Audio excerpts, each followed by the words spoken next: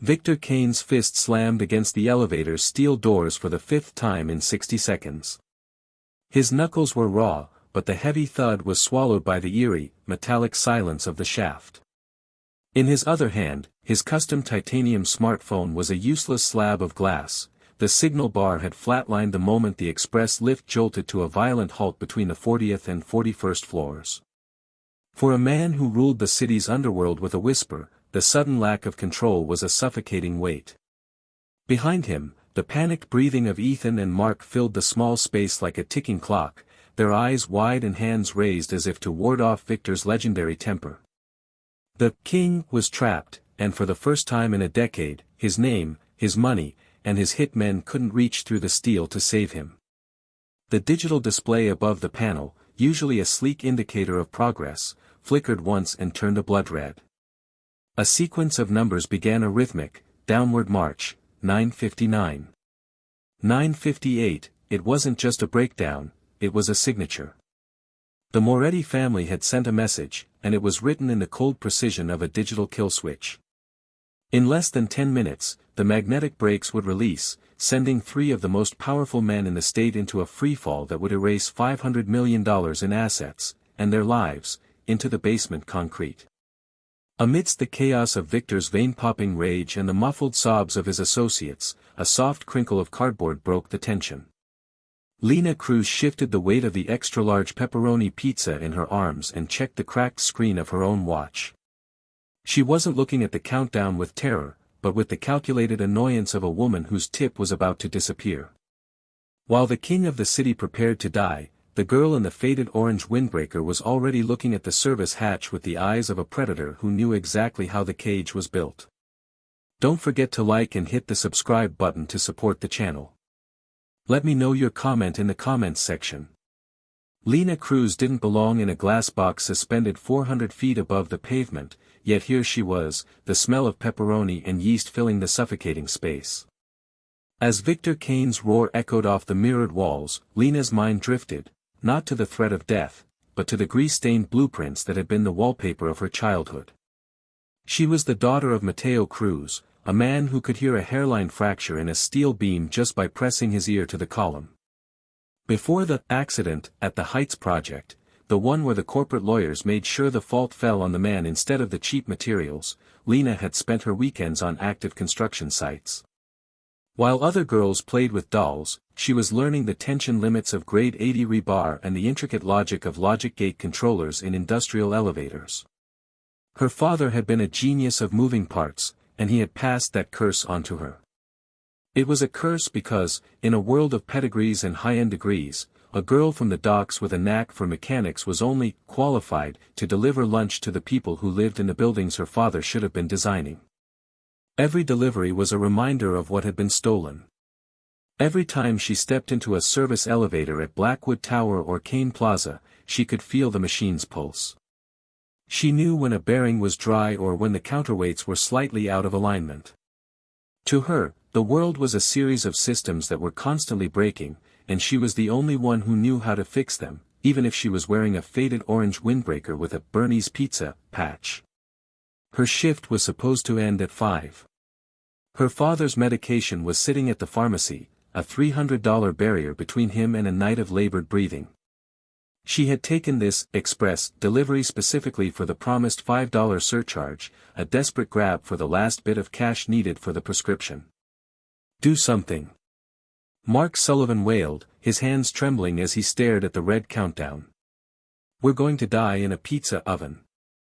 Victor Kane turned his predatory gaze toward his associates, his teeth bared in a snarl of pure, unfiltered ego. Shut up. I don't pay you to whimper. He kicked the control panel, the heavy thud of his Italian leather shoe against the metal sounding like a death knell. Lena looked at the panel. She didn't see a luxury interface, she saw a hijacked ThyssenKrupp logic board. She saw the way the LED lights flickered, not randomly, but in a specific sequence that bypassed the emergency overrides. This wasn't a glitch.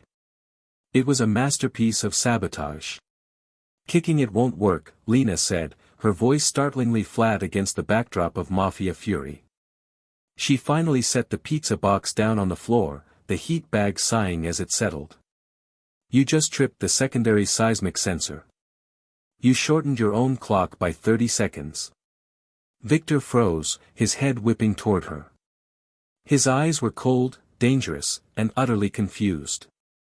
What did you just say, girl? Lena didn't flinch. She reached into her pocket and pulled out a worn multi-tool and a single, sturdy hair clip. I said you're kicking the only thing keeping us from hitting the basement at terminal velocity. Now move. You're in my light. Victor Kane had spent his entire life being the most dangerous thing in any room, but as he stared at the young woman in the pizza uniform, he felt a flicker of something he hadn't experienced in decades, genuine uncertainty. Lena didn't wait for his permission. She stepped into his personal space, her movements efficient and devoid of the trembling fear that usually radiated from everyone in Victor's orbit. Boost me up, she commanded. It wasn't a request. Victor's jaw tightened, his ego bristling at the tone. Behind him, Ethan gasped, his hands still raised in a defensive posture. You want the boss to what? He hissed. Do you have any idea who he? I know he's about 6'2" and sturdy enough to act as a ladder, Lena interrupted, her eyes locked on the ceiling hatch. And I know that in 8 minutes and 40 seconds, who he is won't matter because he'll be a stain on the basement floor. Now, are we doing this or are we praying? With a low, guttural growl, Victor stepped forward. He interlaced his fingers, creating a step. Lena placed her foot in his palms, and with a grunt of effort, he hoisted her up. He expected her to be heavy with fear, but she was light and agile. She shoved the ceiling tile aside, disappearing from the waist up into the dark, greasy vacuum of the elevator shaft. Inside the hatch, the world was a nightmare of tangled wires and humming tension. Lena ignored the vertigo of the abyss below. She found the primary junction box, the brain of the lift.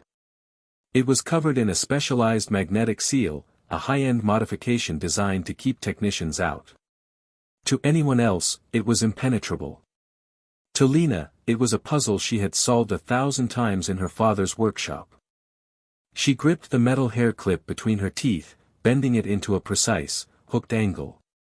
With the multi-tool in her other hand, she began to probe the wiring. Ethan, right? She called down, her voice muffled. Reach into the pizza bag. There's a can of soda in the side pocket.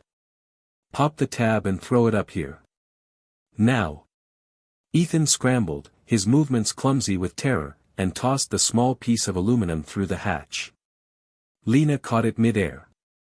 She used the tab to bridge a gap between two copper terminals, bypassing the digital lock, then jammed the hairpin into the manual release relay. A shower of blue sparks rained down on Victor's expensive suit. He didn't flinch, his eyes fixed upward in a mix of fury and burgeoning respect. Suddenly, the red countdown on the panel vanished. The emergency lights flickered to a steady, calm white. With a mechanical groan that sounded like a long-denied breath, the elevator began to move upward, sliding smoothly toward the nearest floor. Lena dropped back down, landing lightly on her feet. She picked up the pizza box and checked the time. 36th floor, she said, smoothing her windbreaker. You can walk the rest of the way. I've got 3 more deliveries, and I'm already late. Victor Kane adjusted his cuffs, his gaze lingering on the small, bent hairpin she had dropped. For the first time, the king of the city looked at the invisible girl and truly saw her. You saved my life, Cruz, he said, his voice a low, dangerous rumble. Nobody does that for free. Name your price. Lena didn't even look back as the doors slid open. $5, she said coldly. The surcharge for the express delivery. And keep the change. The neighborhood where Lena lived didn't see many black Mercedes convoys, and it certainly didn't see men like Victor Kane standing on sagging porch steps. Lena was in the kitchen, the steam from a pot of cheap noodles fogging her windows, when the heavy, rhythmic knock sounded. It wasn't the tentative tap of a neighbor, it was the sound of someone who owned the ground they stood on.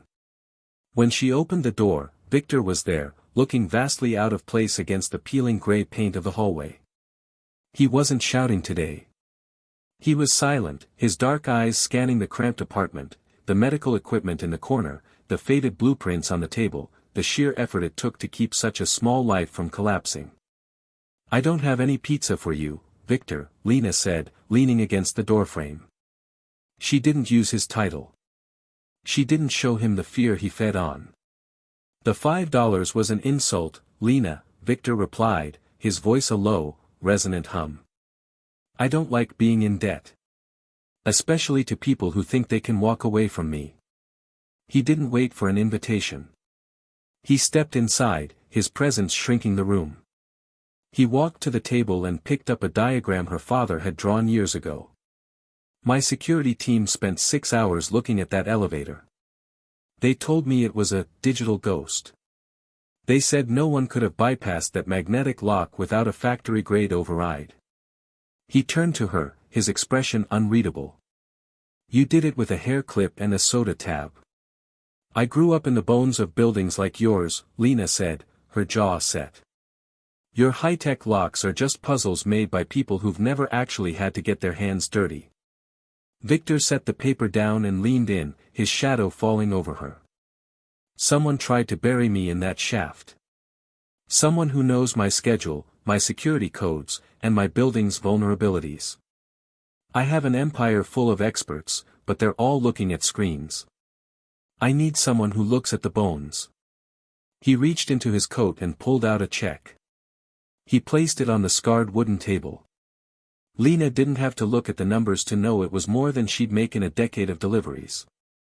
It was her father's lungs. It was her family's house. It was freedom. "That's just the retainer," Victor said. "I'm offering you a seat at my table. Not as a servant, but as my tactical consultant. Find the ghost in my machine. Tell me who betrayed me, and I'll make sure your father never breathes a word of worry again." Lena looked at the check, then at the man whose world was built on violence and secrets. She knew that taking the money meant stepping into the dark, but as she heard her father's ragged cough from the bedroom, she realized she had already been trapped in an elevator her whole life. This was the only way out. She picked up the check, her fingers steady. "I'll find your mole, Victor. But I do it my way. No suits, no guns. I stay in the shadows where I belong." Victor's lips curled into a rare, dangerous smile. "In my world, Lena, the shadows are exactly where the real power sits." The gleaming headquarters of Kane Enterprises felt like a sterile fortress, all glass curves and silent elevators that worked far too perfectly. Lena walked through the lobby, her faded denim jacket and scuffed work boots a jagged tear in the fabric of the corporate perfection. Beside her, Ethan Brooks moved with a stiff, performative grace, his eyes darting toward the security cameras as if they were judges. He was the one who had been in the elevator, the one who had looked most terrified, yet here he was, acting as the gatekeeper to Victor's inner sanctum. "The boss wants you to look at the logs," Ethan said, ushering her into a high-tech war room filled with monitors. "Our cybersecurity team has spent 36 hours analyzing the hack. It was a sophisticated brute force entry from an offshore server." Lena didn't sit in the ergonomic leather chair. She stood, staring at the screens, but she wasn't looking at the lines of code. She was looking at the physical layout of the building's server room displayed on a secondary monitor. To the suits, the sabotage was a digital ghost, a phantom in the machine. To Lena, every machine had a physical footprint. "You're looking at the wrong door," Lena said, her voice cutting through Ethan's technical jargon. She walked up to the wall-sized screen and pointed to a series of power fluctuations that the IT team had dismissed as background noise. "What are you talking about?" Ethan asked, a bead of sweat forming at his temple. "The firewall was breached at 4:12 p.m. "The firewall was a distraction," Lena countered, her fingers tracing the map of the building's internal circuitry. "Look at the voltage drop in the cooling system 3 minutes before the breach. Someone didn't just hack the software, they physically bypassed the thermal sensors in the basement. They made the elevator's logic board overheat so it would default to the emergency lockout. She turned to face him, her blue-collar intuition humming like a live wire. You don't do that from an offshore server in Russia. You do that by standing in the maintenance tunnel with a magnetic shunt. You do that by knowing exactly which cable leads to the express lift. Ethan's face went pale, his shocked expression from the elevator returning, but this time it lacked the edge of survival instinct. It looked like guilt. That's impossible.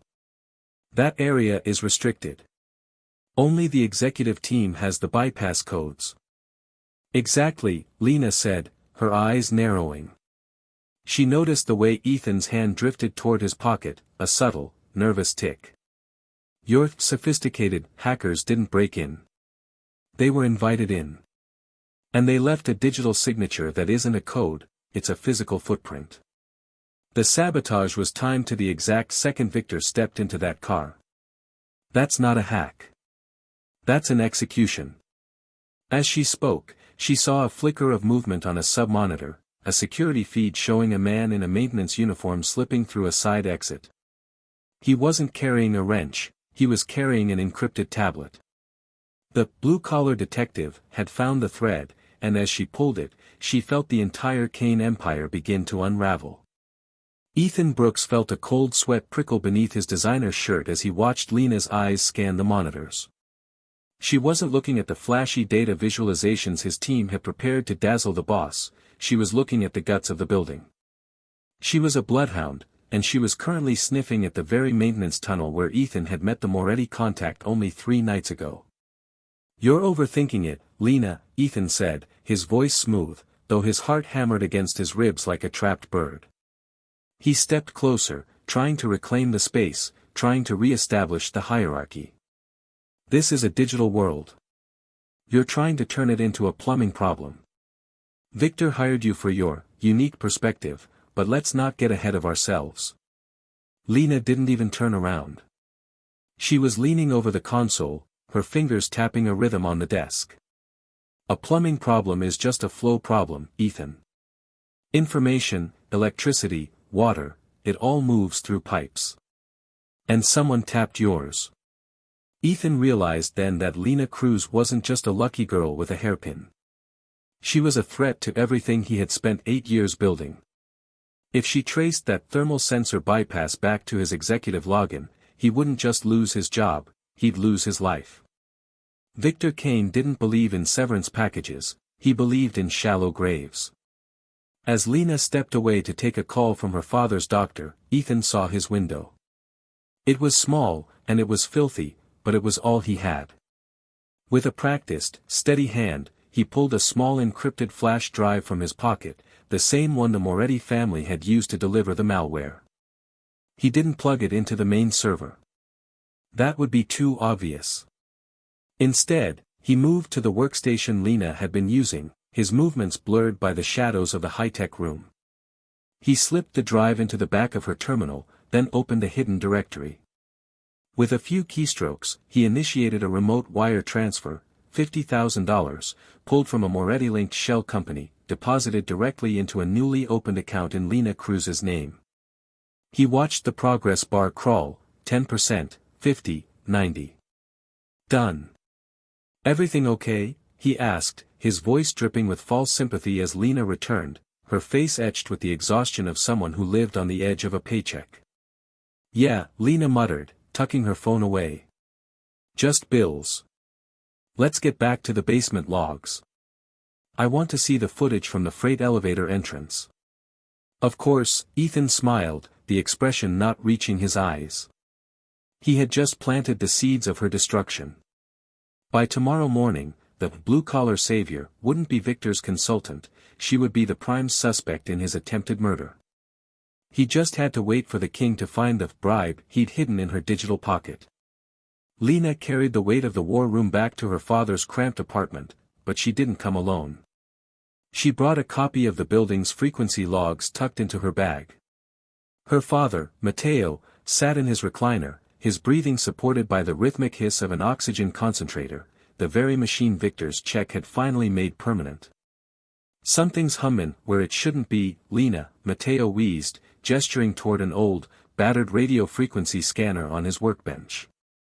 It was a relic from his days on the Heights project, a tool used to detect structural interference, but Lena had modified it to pick up low-frequency digital pulses. As Lena held the building's logs near the scanner, the needle jumped violently. It wasn't picking up the main hack, it was catching a ghost signal, a secondary, localized transmitter hidden within the elevator's control room. "It's a dead man's switch," Lena whispered, her heart dropping. If the main hack failed, this device was supposed to finish the job. She realized with a jolt of adrenaline that the transmitter was still active.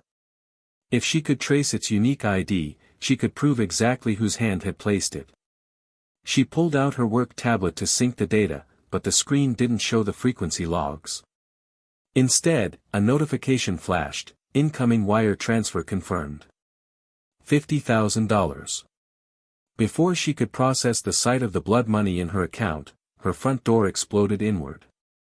Victor Kane stepped into the small living room, his presence like a thunderstorm. Behind him, Ethan Brooks followed, his face a mask of performative betrayal. "I didn't want to believe it, Victor," Ethan said, his voice trembling with false hurt. But the security team flagged a remote access point originating from this exact IP address. She wasn't fixing the system, she was cleaning her tracks. Victor's gaze moved from the high-tech scanner to the check on the table, and finally to Lena's tablet. He stepped forward, his heavy boots echoing on the linoleum. With a sharp jerk, he snatched the tablet from her hand. His eyes darkened as he scrolled through the Moretti wire transfer and the ghost signal software Ethan had surreptitiously loaded onto her device. "I gave you a seat at my table, Lena," Victor said, his voice a terrifying, low vibration. "I thought you were the one person in this city who didn't have a price." "Victor, listen to me," Lena pleaded, stepping in front of her father's chair. "The signal, I found a second device. Ethan is the one. The second device you're using to hold my life hostage." Victor interrupted, his face inches from hers. He held up the tablet. "The money is already in your account, Cruz. The Morettis pay well for a pizza girl, don't they?" Ethan stepped forward, pointing at the old scanner. "She's been using her father's equipment to mask the signal. It's a classic setup." Victor didn't shout. He simply turned to his men. "Take the equipment. Leave the girl for now. I want her to watch everything she loves disappear before I decide how she dies." As they stripped the workbench, Lena looked at Ethan. He offered a small, jagged smile, the look of a snake that had finally swallowed its prey. The ghost signal, that was supposed to be her evidence, had become her death warrant. The air in the small apartment turned to ice as Victor Kane stared at the bank balance on Lena's screen. It was a staggering $50,000, the exact price of a soul in the underworld. To a man like Victor, who lived and died by the code of absolute loyalty, the sight of that number was more offensive than a bullet to the chest.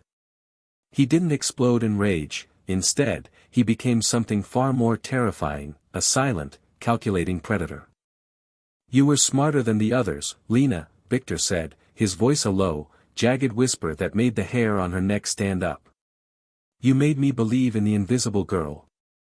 But everyone has a price, don't they? Even the girl with the hairpin. Victor, it's a setup. Look at the timestamp of the transfer." Lena cried, but Ethan Brooks stepped forward, expertly intercepting the logic. "She's stalling, Victor," Ethan said, his voice dripping with faux disappointment. "The Morettis don't leave paper trails unless they want their assets protected. She's been playing both sides since the elevator stopped." Victor looked at the oxygen concentrator humming in the corner, the machine he had paid for, and then at Lena's father, who was watching the scene with wide, watery eyes. With a slow, deliberate motion, Victor reached out and gripped the edge of the workbench. "Take her," he commanded. "And burn the rest." As two of Victor's suited shadows moved toward her, the instincts Lena had honed on the unforgiving streets of the city kicked into overdrive. She didn't look for a weapon, she looked for a system to break. Her hand darted to the modified scanner on the table, the one Victor's men were about to seize. She didn't grab it, she jammed a screwdriver into its cooling fan, causing a high-frequency feedback loop that shrieked through the room's speakers like a banshee. The sudden, ear-piercing noise made the gunmen flinch and cover their ears. In that split second of chaos, Lena didn't head for the front door where the Mercedes were parked. She dove for the narrow kitchen window that led to the rusted fire escape. "Get her!" Victor roared over the static. Lena hit the iron grating of the fire escape and didn't look down. She knew every loose bolt and every shortcut in this neighborhood. She swung over the railing, dropping 10 feet onto a dumpster, the impact jarring her teeth. Behind her, she heard the heavy boots of the Mafia hitmen hitting the metal stairs. She vanished into the labyrinth of the city, a world of steam vents, narrow alleys, and interconnected basement tunnels that the suits never bothered to map. To Victor Kane, the city was a kingdom to be ruled from a penthouse. To Lena Cruz, it was a living, breathing machine, and she was the only one who knew how to disappear into its gears. As the rain began to fall, washing away her footprints, she made a silent vow: she wouldn't just survive.